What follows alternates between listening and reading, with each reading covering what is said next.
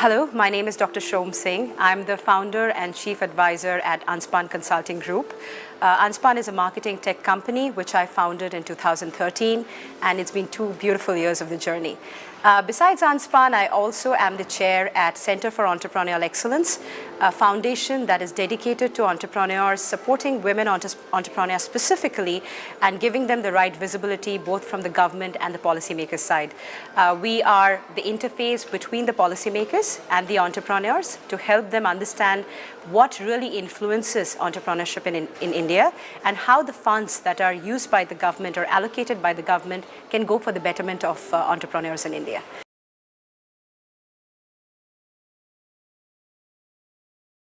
I came from a family of doctors.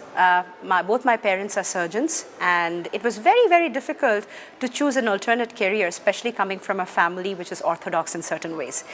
Right? Went to my school, which is a convent, and there I remember my sisters who used to coach us, especially during the Thursdays in the chapel, saying that there is something called as inner light. And often we don't realize it, right? So the calling is that if you're really good at something, don't let that pass by, even if it takes time for someone to acknowledge it. And that's how my journey as a marketeer started. Writing at Voices in Telegraph was my first step. And then I told my dad that I didn't want to become a doctor, even though I was a science student, which often is very difficult in many families in India, where your parents make your decisions for you. Right? Well, the interest is for your good, but often it is not what you want to be. And thus, many of them remain unsuccessful over a period of time. Came to Bangalore. I took up Bachelor's of Business Management as my area of study. In my initial days, my dad didn't give me a single rupee pocket money because he said, if you're so good at what you believe, why don't you go figure it out for yourself? And I remember knocking at every single door of the paying guest that I was staying in Jayanagar, Bangalore, telling them that I'm very good at writing. Could you give me some work? Because I really didn't have any pocket money, right? My dad was only paying for my education and PG. So the first lady to trust me was Shilpa, a lady who was working at IBM at that point in time, and said, hey, could you write a brochure for us? I didn't even know what the meaning of a brochure really meant, right? Early 90s, it was difficult. So when I started writing the brochure, where internet was not accessible, neither was Wi-Fi, I would go to a local, a cyber cafe, browsing through then Yahoo, not Google, finding out what a brochure meant, and would spend the late nights after coming from college, after finishing what I had at hand, writing the brochure. After 2.5 weeks, was my first 1,000 Indian rupees that I earned. And by the end of my first year of college, I was making a pocket money of 5,500, 6,000, right? During that time, it was a lot of money. I called up my dad and I cried profusely, telling him that, thank you. The reason I said a thank you to him was if he didn't push me to figure it out, often after 3 long years of your education, you think that's not the way to go.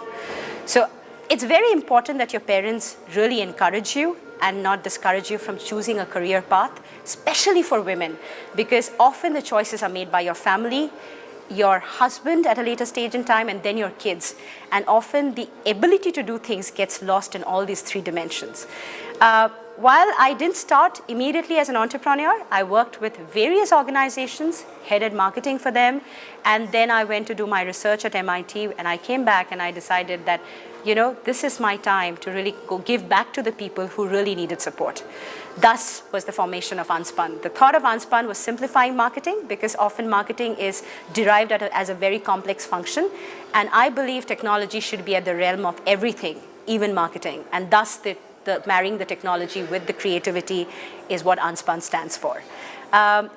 Over a period of time in my journey as an entrepreneur, I've also been mentoring, NASSCOM 10,000 startups, which I constantly work with very closely, validating business models, helping them with different marketing ideologies, so that they're able to learn the nuances faster before they try different avenues, spend money, and then feel frustrated about using marketing in future.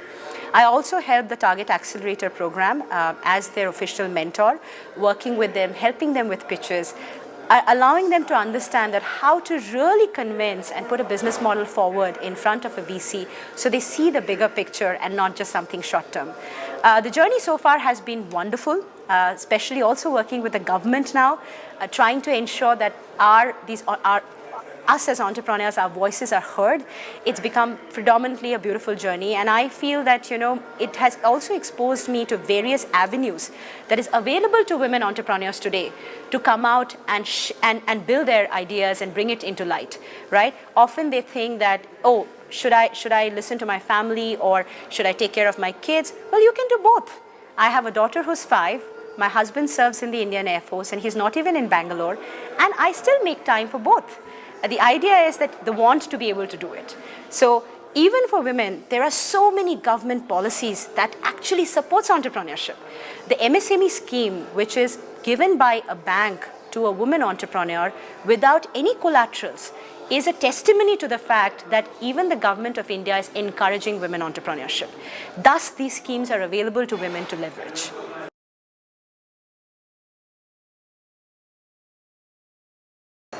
It's a very, very good question you ask me. If you see from today the working class, right, there are enough and more women who are heading different organizations, including the MD at Intel itself, right, the Manhattan Associates, which is a wing of Standard Chartered Bank. Women usually play a very, very dominant role, both from the job perspective as well as from the community perspective. I think we definitely need to leverage each other. Like you said, right, the lady who gave me a chance was working at IBM, and she was the head of marketing there. There are many such, right, who also want to get out and do something of their own. But it is often very difficult to tap into the community. So we should be building those communities, building that awareness. That is extremely essential, right? I'm sitting across you who's a woman at Seedstar Global doing such phenomenal work. Just goes to say that fact that the community is evolving, but we need to spread the word. Often they don't know where to seek help from. So these communities can't work in isolation. They need to work in collaboration with the larger organizations. So if there is a NASSCOM, there has to be a NASSCOM for women in tech. There has to be a NASSCOM for women entrepreneurs. So there is a wing from a larger scheme of things supporting entrepreneurship, right? I think that's very, very essential.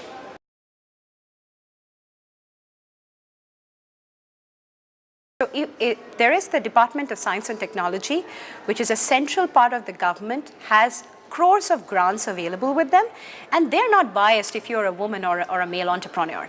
They are just looking for great ideas in technology. You know, India with the new government with Mr. Narendra Modi at helm has always been advocating the fact that we need more products to come out of India. India has to move from being a service-driven country to a product-driven country. And DST is exactly doing that. The Department of Science and Technology is encouraging women entrepreneurs to come forward with great ideas of products which they will then fund. And the funds are not limited to a certain amount. It is up to a very large amount. We are not aware. The awareness is missing. Similarly is Tide. Tide is again driven by the government from again technology, information and Department of Science. So they are basically talking about coming up with different telecom ideas.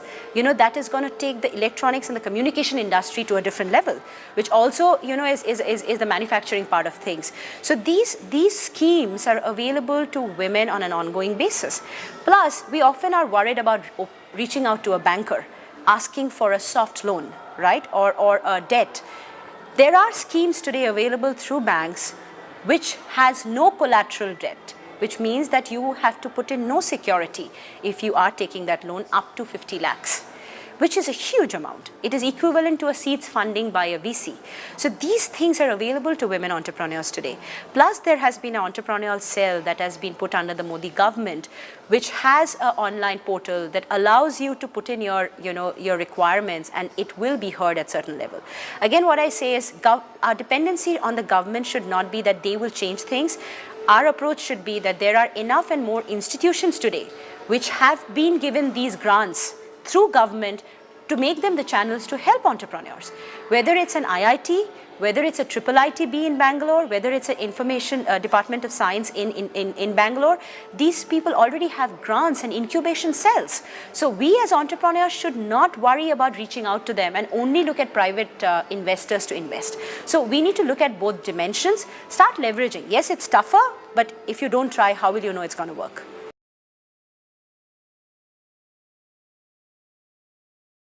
There are many. Recently, if you take a look at it, Zivame, which is run by a lady called Richa Kaur, She identified the need that, hey, lingerie is very essential to a woman's life, and so is it very private. It becomes very difficult to go to a shop which is being run by a man asking for a lingerie for a certain size. Thus came the ideation of Zivame. She was trying to solve a very small problem, but with a brilliant idea. So she married technology and need and created Zivame, which today is doing crores of transactions in a month, has been a Series A funded company, and is well acknowledged for her work. Similar example is Bluestone, which was started again by Vidya, who is a woman entrepreneur, in collaboration with her male founder, and phenomenally doing well, taking jewelry online, trying to make lifestyle jewelry at a lower cost available to people. The third example is Chumbak, which is again a company which was started by a lady coming from an armed forces background, is funded by Google. Google has a scheme for women entrepreneurs. So all of these larger organizations, government agencies are looking for ideas and looking for women entrepreneurs to come forward. The worry is we think we don't have enough support from the ecosystem. I would like to say that the support is there. We just need to be able to come up and ideate and take it to the next level.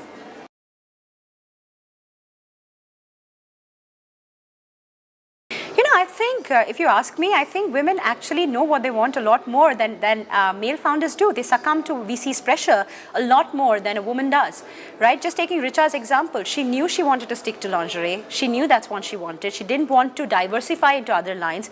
The focus was intact, and it comes from the fact that a woman tends to manage a lot of different aspects of life compared to a man, right? A man is taken to be the head of the family, running the household, which is obviously not the case anymore. There's a lot of balance. There are a lot of stay-home fathers nowadays, which has become very common in India as well, not just in US. However, answering the question that you asked me, a VC really doesn't care whether it's a woman or a male entrepreneur. Actually, VCs are more encouraging of women entrepreneurs because of the focus and the tangibility in the thoughts and the diversity to do business compared to a male entrepreneur, right? So VCs it's not a challenge from the VC. If you ask me, it takes a lot of time for a woman to come out and say, I want to be an entrepreneur. And there are two reasons to it: family pressure and peer pressure, right? Because you feel that as it takes a lot more commitment than your job to be into entrepreneurship. Well, if you ask me, yes, it takes equal amount of commitment because both is really your work. What gives you in entrepreneurship is a sense of fulfillment, right? You own and drive things end to end, which you don't get to do in a job. In entrepreneurship, you know what legal is, you know what accounting is, you know what marketing is, you know what technology is. It opens your ideas, it opens your minds in different direction, which doesn't happen in a job. So it's easier to be an entrepreneur than to work, right? And it's much easier for a woman to raise money for so many things that is available for women entrepreneurs in India today. It's just about trying.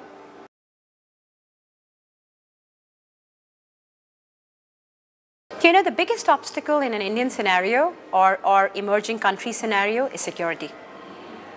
Security for women have been the biggest subject of contention in the last few years. Often families don't encourage you to be entrepreneurs because you're dealing with so many new people every day, meeting so many men that you're thinking security is a concern. You're doing late nights and you worry about, oh, is my partner or my daughter is going to come back home safe? While you're doing a job, you feel somebody else is taking care of that security.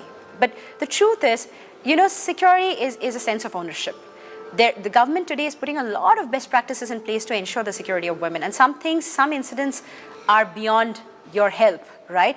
But I would say this, as a woman, security is your own predominant factor. You need to take the ownership for itself, right? There is obviously, the society which is going to play an important role, but you need to empower yourself to deal with situations, right? And there is nobody who's going to, come out of it unless you've dealt with it. This is a big challenge for women entrepreneurs because they feel that security is a concern.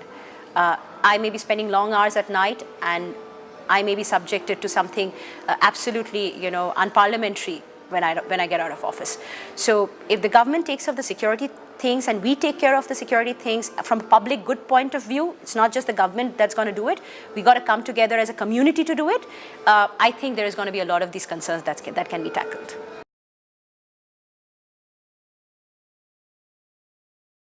Let me answer that question in this way. You'll see a lot of people coming down from north to south to become entrepreneurs. Culture plays a very important role in India. You know, we have so many states, we speak over 175 dialects. It's not easy, right?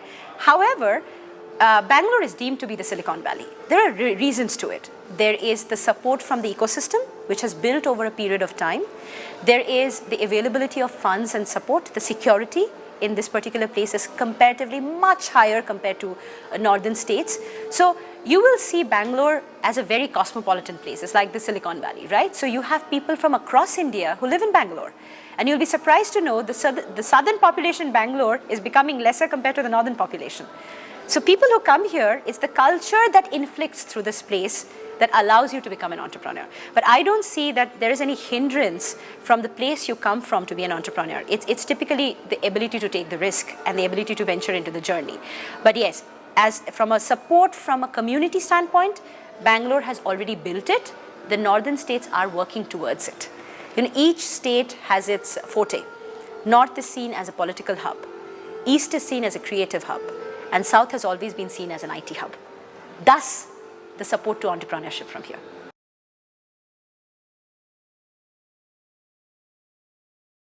Women have tremendous opportunity in India to be successful as entrepreneurs.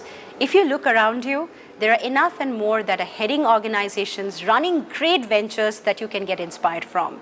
3 things I'm going to tell you.